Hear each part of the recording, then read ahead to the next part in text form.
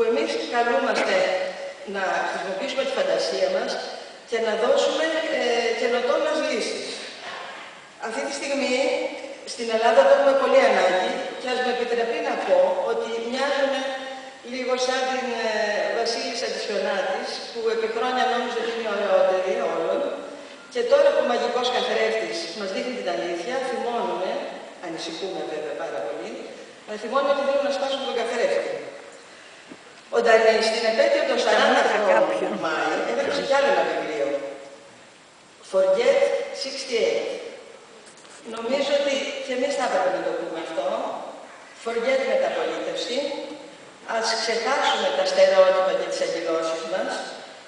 Ας αντιμετωπίσουμε ακατάματα την πολλαπλή κρίση που τόσο περιγράφει στο βιβλίο για όλο τον πλανήτη. Κρίση οικονομική, κρίση οικολογική, κρίση κοινωνική.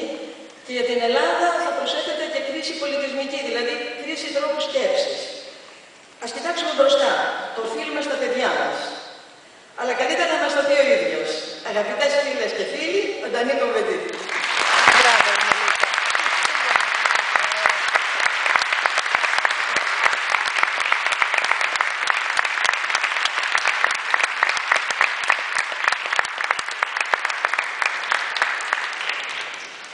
Bonsoir.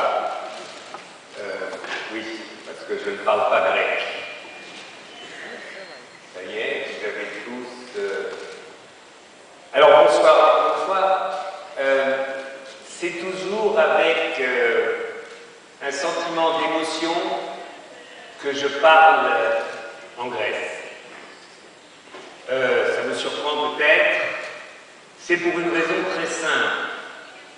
Un de mes maîtres penseurs, quelqu'un qui m'a beaucoup influencé en politique, était un grec, Cornelius Castoriadis. Et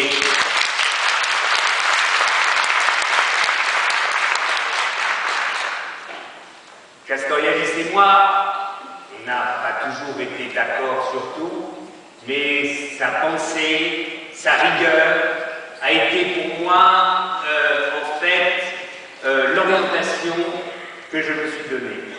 C'est-à-dire de dire à certains moments, ou peut-être d'essayer de dire, de trouver et d'expliquer la vérité, tout en sachant qu'il n'y a jamais qu'une vérité.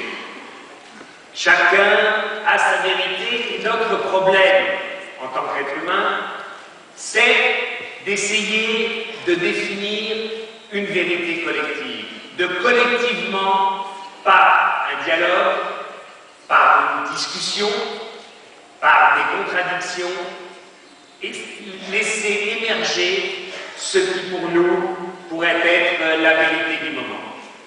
Alors je sais qu'on aime parler des révoltes de 68, je vois qu'il y a pas mal de gens avec les cheveux gris ici, les miens sont plus roux, ils sont devenus blonds, nous avons pris de l'âge, de l'embonpoint, nous n'avons plus 23 ans ou 22, les 65, ou plus, ou un peu moins, et donc, en fait, il y a 40 ans ou plus qui sont passés entre 68 et aujourd'hui.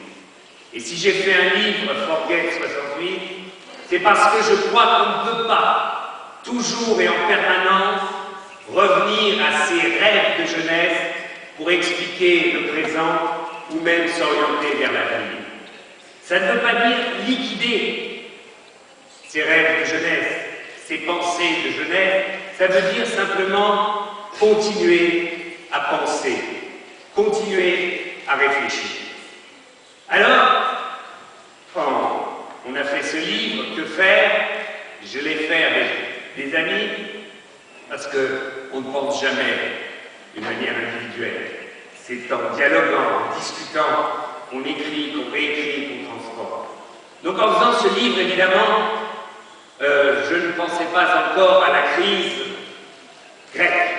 Nous avions la crise financière, nous avions la crise économique, nous avions la crise écologique, la crise de la dégradation du climat, et il s'agissait de mettre ensemble des réponses aux crises. Car nous disons, j'explique et je réexplique, nous sommes à un tournant de l'histoire, à un croisement des chemins, à un croisement des crises.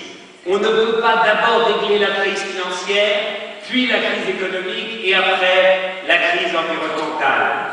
On ne peut pas répondre à la crise environnementale sans répondre à la crise financière. On ne peut pas répondre à la crise économique sans répondre à la crise environnementale et financière. Donc ce que je vais essayer ce soir, c'est d'appliquer la pensée développée dans Que faire, d'abord à la crise grecque. Alors je sais que mon rapport avec l'opinion publique grecque est un rapport difficile. Difficile parce qu'il y a des interventions que j'ai faites au Parlement qui n'ont pas plu à une partie de l'opinion grecque. Il y a une histoire de conflit entre une partie de l'opinion grecque et moi. Je rappelle le Kosovo, je rappelle la Bosnie, je rappelle le problème de la Macédoine, je rappelle des tas de problèmes où effectivement ma pensée, la pensée correcte, aussi bien de la gauche que de la droite, que en Grèce, n'étaient pas des pensées, disons, identiques. Et puis tout d'un coup est arrivée cette crise et mon intervention au Parlement européen. Mon intervention au Parlement européen, j'ai dit des choses en fait très simples. La Grèce fait partie de l'Europe. La Grèce fait partie de l'Europe. Il y a une dette de la Grèce, mais toute l'Europe a une dette envers la Grèce.